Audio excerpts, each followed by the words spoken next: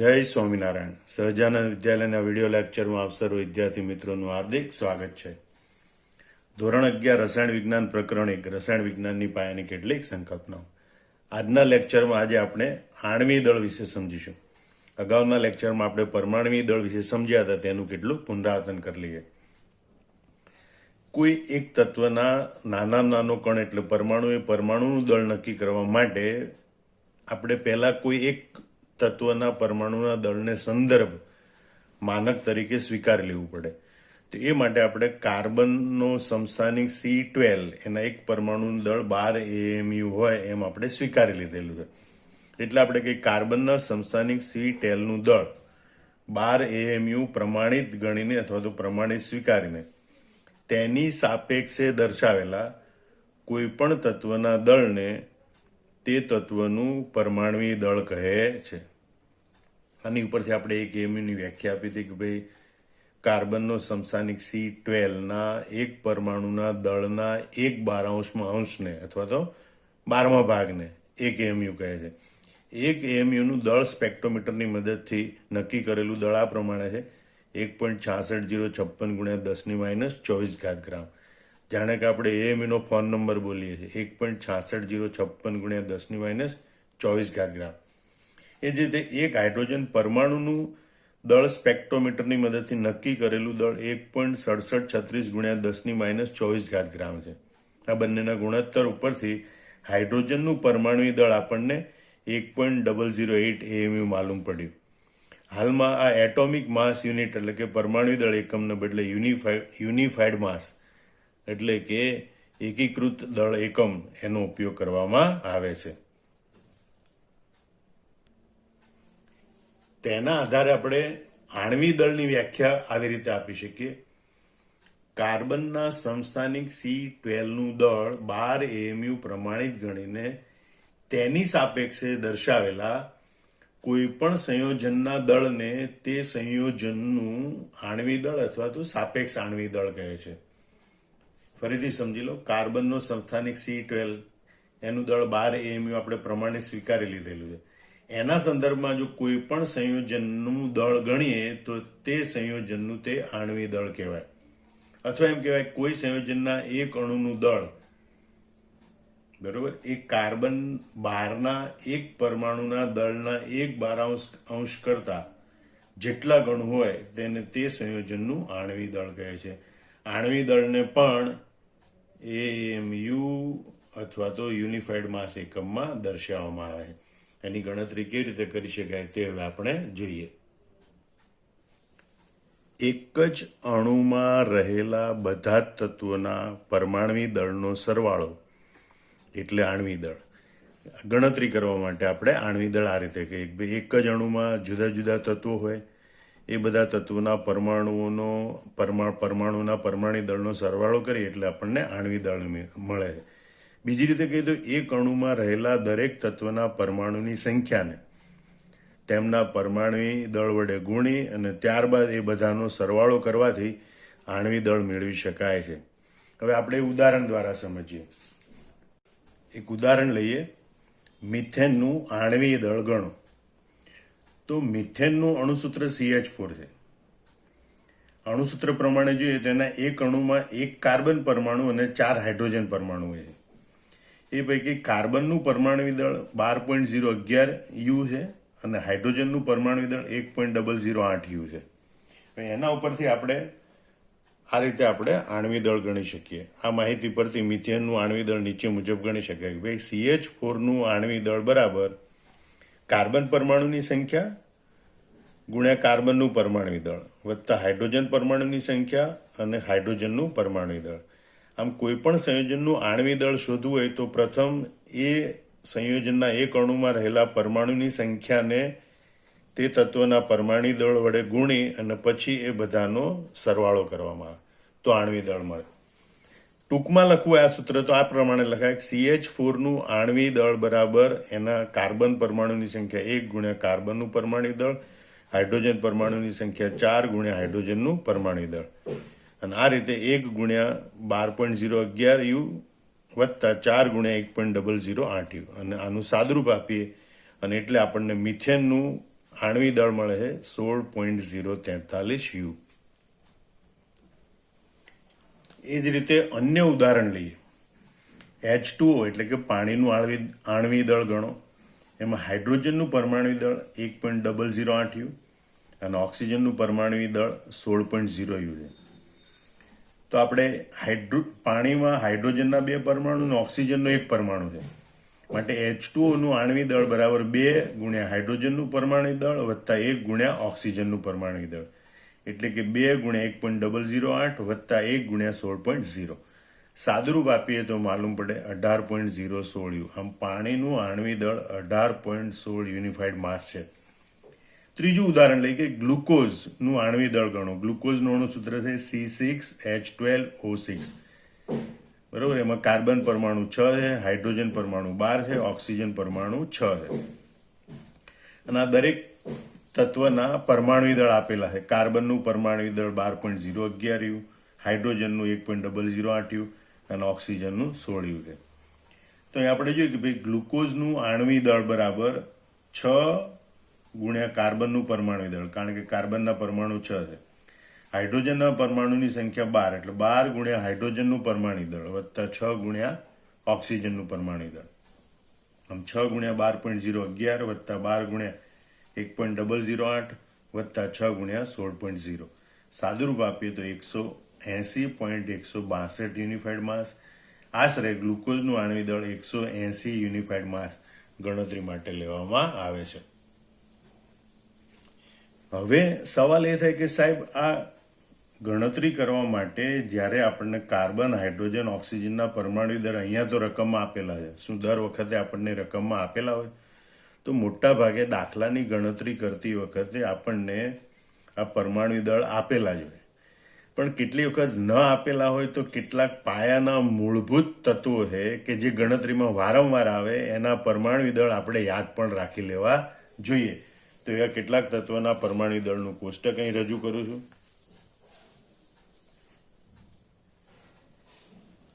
તો આ કોષ્ટક પ્રમાણે લગભગ 1 થી 20 તત્વોના અને બીજા કેટલાક અગત્યના તત્વોના પરમાણુ દળ આપેલા છે જે આપણે યાદ રાખવાના હોય. મોટા ભાગે તો રકમમાં આપેલા હોય, છતાં આપણે યાદ રાખીએ તો ગણતરી કરવામાં આપણને ઘણી સરળતા રહે. તો એ બાને આપણે 1 થી 20 તત્વો પણ યાદ કરી લઈએ. એનું સૂત્ર આપણી પાસે આ પ્રમાણે હતું. પહેલો અક્ષર લઈએ તો હા, હી, લી, બેબો, કાનાઓ, ફ્લોની, hydrogen, helium, lithium, beryllium, boron, carbon, nitrogen, oxygen, fluorine, neon.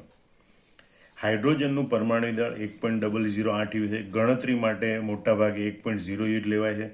હિલિયમનું પરમાણુ દળ 4.0 યુ, લિથિયમનું પરમાણુ દળ 6.94 યુ, ગણતરી માટે મોટાભાગે 7.0 યુ લઈએ છીએ. બેરિલિયમનું પરમાણુ દળ 9.012 યુ, ગણતરી માટે 9.0 યુ. બોરોનનું પરમાણુ દળ 10.8 યુ, ગણતરી માટે આપણે 11.0 યુ લઈશું. કાર્બનનું પરમાણુ દળ 12.011 યુ, ગણતરી માટે 12.0 યુ લઈશું. નાઇટ્રોજનનું પરમાણુ દળ 14.0 યુ, ઓક્સિજનનું પરમાણુ દળ 16.0 યુ, ફ્લોરિનનું પરમાણુ દળ 19.0 યુ, નિયોનનું પરમાણુ દળ 20.0 યુ. એટલે ઘણી વખત પરમાણુ ક્રમાંક કરતાં ડબલ હોય એવું દર વખતે હોતું નથી. નાઇટ્રોજનનો પરમાણુ ક્રમાંક 7 છે તો એનું પરમાણુ દળ 14 છે. ઓક્સિજનનું પરમાણુ ક્રમાંક 8 છે તો એનું પરમાણુ દળ 16 છે. પણ ફ્લોરિનમાં એવું નથી. ફ્લોરિનનું પરમાણુ દળ 1 વધારે છે, 9 દુ 18 ને બદલે 19 છે. તો એ આપણે યાદ રાખવું પડે. નિયોનનું પરમાણુ દળ 20 યુ છે. તો સોડિયમ ધાતુનું પરમાણુ દળ 23.0 યુ છે. મેગ્નેશિયમનું પરમાણુ દળ 24.3 યુ છે, પણ ગણતરી માટે આપણે 24.0 યુ લઈશું. એલ્યુમિનિયમનું પરમાણુ દળ 27.0 યુ છે. સિલિકોનનું પરમાણુ દળ 28.1 છે, જે આપણે 28.0 લઈશું. ફોસ્ફરસનું પરમાણુ દળ 31.0 યુ છે. સલ્ફરનું પરમાણુ દળ 32.1 યુ છે, જે ગણતરી માટે આપણે 32.0 યુ લઈશું. ક્લોરિનનું પરમાણુ દળ 35.5 યુ છે, ગણતરી માટે પણ આપણે 35.5 યુ જ લઈશું. આર્ગોનનું પરમાણુ દળ 39.9 યુ છે, જે આપણે 40.0 યુ લઈશું. પોટેશિયમનું પરમાણુ દળ 39.1 યુ છે, જે આપણે 39.0 યુ લઈશું. કેલ્શિયમનું પરમાણુ દળ 40.1 યુ છે, જે આપણે 40.0 યુ લઈશું. એ રીતે કોપર માટે પરમાણુ દળ 63.5 યુ, આયરન માટે પરમાણુ દળ 56.0 યુ લઈશું. સિલ્વર માટે પરમાણુ દળ 108.0 યુ લઈશું. અને આયોડિન માટે પરમાણુ દળ 127.0 લઈશું. આમાં બધા પરમાણુ દળમાંથી મોટા ભાગના પરમાણુ દળ આપણે યાદ રાખવાના હોય છે, જેથી આપણને દાખલા ગણવામાં સરળતા પડે. તો યુટ્યુબનો આ વિડીયો પોઝ કરી અને આ બધા પરમાણુ દળ તમારે નોટબુકમાં નોંધી લેવાના રહેશે. હવે એ નોંધેલા પરમાણુ દળને આધારે અથવા તો તમે યાદ રાખી લીધેલા છે, તો એ પરમાણુ દળના આધારે તમારે નીચે આ પ્રમાણે જે સંયોજનો દર્શાવેલા છે અણુસૂત્ર સાથે, તો એના તમારે આણ્વિક દળની ગણતરી કરવાની છે. તો અહીંયા પણ તમારે વિડીયો પોઝ કરી અને આ બધા સંયોજનોના નામ અને અણુસૂત્ર નોંધી લેવાના છે, અને પછી નોટબુકમાં તમારે આ બધા સંયોજનના આણ્વિક દળની ગણતરી કરવાની છે. એમોનિયા એનું અણુસૂત્ર NH3 છે. સુક્રોઝ એટલે કે ખાંડ એનું અણુસૂત્ર C12H2211 છે. સોડિયમ ક્લોરાઇડનું અણુસૂત્ર NaCl છે. એમોનિયમ ક્લોરાઇડનું અણુસૂત્ર NH4Cl છે. એલ્યુમિનિયમ સલ્ફેટનું અણુસૂત્ર Al2SO4 થ્રાઇસ છે, જેમાં એલ્યુમિનિયમના 2 પરમાણુ છે, સલ્ફરના 3 પરમાણુ છે અને ઓક્સિજનના 4 તરી 12 પરમાણુ છે, એવું યાદ રાખજો. એસિટિક એસિડ જેનું અણુસૂત્ર CH3COOH છે, એમાં કાર્બનના 2 પરમાણુ, હાઇડ્રોજનના 3 ને 4 પરમાણુ અને ઓક્સિજનના 2 પરમાણુ હોય છે. બધું ભેગું લખેલું નથી, પણ એના બંધારણીય સૂત્ર પ્રમાણે અણુસૂત્ર દર્શાવેલું છે. તો એની ગણતરી માટે તમારે એવું યાદ રાખવું પડે કે અહીંયા કાર્બનના 2 પરમાણુ, હાઇડ્રોજનના 4 પરમાણુ અને ઓક્સિજનના 2 પરમાણુ હોય છે. Sulphuric એસિડનું અણુસૂત્ર H2SO4, sodium કાર્બોનેટનું અણુસૂત્ર Na2CO3, યુરિયાનું અણુસૂત્ર NH2CONH2 હોય. એમાં પણ જુઓ, નાઇટ્રોજનના 2 પરમાણુ, હાઇડ્રોજનના 4 પરમાણુ, કાર્બનનો 1 પરમાણુ અને ઓક્સિજનનો 1 પરમાણુ હોય છે. કાર્બન ડાયોક્સાઇડનું અણુસૂત્ર CO2, પોટેશિયમ નાઇટ્રેટનું અણુસૂત્ર KNO3, સલ્ફર ટ્રાયોક્સાઇડનું અણુસૂત્ર SO3, કેલ્શિયમ સલ્ફેટનું સૂત્ર CaSO4, લિથિયમ ફ્લોરાઇડનું સૂત્ર LiF, એમોનિયમ બાયકાર્બોનેટ અથવા એમોનિયમ હાઇડ્રોજન કાર્બોનેટનું સૂત્ર NHCO3 અને એમોનિયમ ફોસ્ફેટનું સૂત્ર NH4 થ્રાઇસ PO4 છે, જેમાં નાઇટ્રોજન પરમાણુની સંખ્યા 3, હાઇડ્રોજન પરમાણુની સંખ્યા 12, ફોસ્ફરસ પરમાણુની સંખ્યા 1 અને ઓક્સિજન પરમાણુની સંખ્યા 4 હોય છે. આમ બધા અણુસૂત્ર પરથી આ બધાના આણ્વિક દળ ગણતરી કરવાની. હવે આપણે જોઈએ કે ભાઈ આ જે આણ્વિક દળ છે એને બદલે ગ્રામ પરમાણ્વિક દળ અને ગ્રામ આણ્વિક દળ કેવી રીતે લખાય. પરમાણ્વિક દળ અને આણ્વિક દળ એને બદલે ગ્રામ પરમાણ્વિક દળ અને ગ્રામ આણ્વિક દળ કેવી રીતે દર્શાવવામાં આવે છે.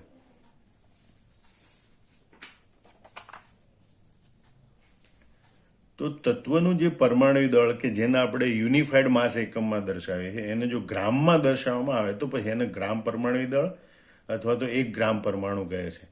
ખાલી પરમાણુ દળ બોલો તો એનો એકમ યુનિફાઈડ માસ હોય, પણ ગ્રામ પરમાણુ દળ બોલો તો એનો એકમ ગ્રામ આવે છે. એને બીજી ભાષામાં 1 ગ્રામ પરમાણુ પણ કહે છે. કેટલાક ઉદાહરણો દ્વારા આ એકમ અથવા તો આ પદ કેવી રીતે દર્શાવવી જોઈએ. દાખલા તરીકે આપણે જાણીએ કે ભાઈ હાઇડ્રોજનનું પરમાણુય દળ 1.008 U છે, યુનિફાઈડ માસ છે. પણ એ પરમાણુ દળને બદલે મારે એમ લખવું કે હાઇડ્રોજનનું ગ્રામ પરમાણુ દળ, તો આ એકમ યુનિફાઈડ માસને બદલે ગ્રામ લખવો પડે. આમ હાઇડ્રોજનનું ગ્રામ પરમાણુ દળ 1.008 ગ્રામ હોય છે. અથવા એમ કહેવાય કે હાઇડ્રોજનના 1 ગ્રામ પરમાણુ અથવા તો 1 ગ્રામ પરમાણુ હાઇડ્રોજન એટલે 1.008 ગ્રામ હોય છે, જેને એમ કહેવાય કે ગ્રામમાં દર્શાવેલું હાઇડ્રોજનનું પરમાણુ દળ. એ જ રીતે ઓક્સિજનનું પરમાણુ દળ બરાબર 16.0 U છે. પરમાણુ દળ છે એટલે એકમ યુનિફાઈડ માસ છે. એને જો આપણે ઓક્સિજનનું ગ્રામ પરમાણુ દળ એમ બોલીએ કે ભાઈ ઓક્સિજનનું ગ્રામ પરમાણુ દળ કેટલું, તો કે 16.0 ગ્રામ, તો એકમ તરીકે ગ્રામ લખવાનું હોય છે. આમ જુઓ કે પરમાણુ દળ છે એને ખાલી આપણે યુનિફાઈડ માસને બદલે ગ્રામમાં દર્શાવે એટલે એને ગ્રામ પરમાણુ દળ કીધેલું છે. ઓક્સિજન અથવા બીજું કહેવાય કે ઓક્સિજનના 1 ગ્રામ પરમાણુ એટલે તો કે 16.0 ગ્રામ ઓક્સિજન. ઓક્સિજનના 1 ગ્રામ પરમાણુ એટલે 16.0 ગ્રામ ઓક્સિજન. એવી રીતે આપણે આણ્વિક દળને પણ યુનિફાઈડ માસમાં દર્શાવીએ. જેને ગ્રામમાં દર્શાવવામાં આવે તો તેને ગ્રામ આણ્વિક દળ કહે છે. એટલે પદાર્થના કે સંયોજનના આણ્વિક દળને જો ગ્રામમાં દર્શાવવામાં આવે તો તેને ગ્રામ આણ્વિક દળ કહે છે, અથવા એને 1 ગ્રામ અણુ પણ કહે છે. દાખલા તરીકે હમણાં જ આપણે પાણીનું આણ્વિક દળ શોધ્યું. પાણીનું આણ્વિક દળ બરાબર 18.016 U યુનિફાઈડ માસ.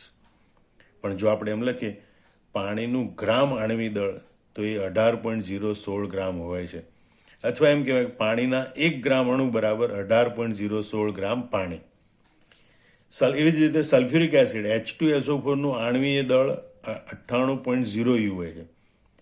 જો આપણે એમ કહીએ H2SO4 નું ગ્રામ આણ્વીય દળ તો લખાય 98.0 ગ્રામ, અથવા H2SO4 ના 1 ગ્રામ અણુમાં 98.0 ગ્રામ H2SO4 એટલે કે સલ્ફ્યુરિક એસિડ હોય છે.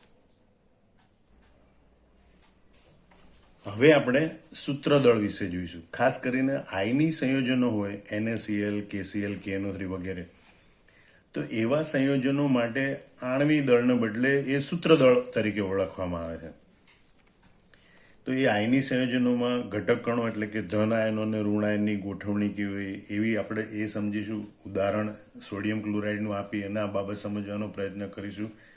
એમાં દરેક Na+ ની આજુબાજુ 6 Cl-, દરેક Cl- ની આજુબાજુ 6 Na+ ગોઠવાયેલા એ સમજાવીશું.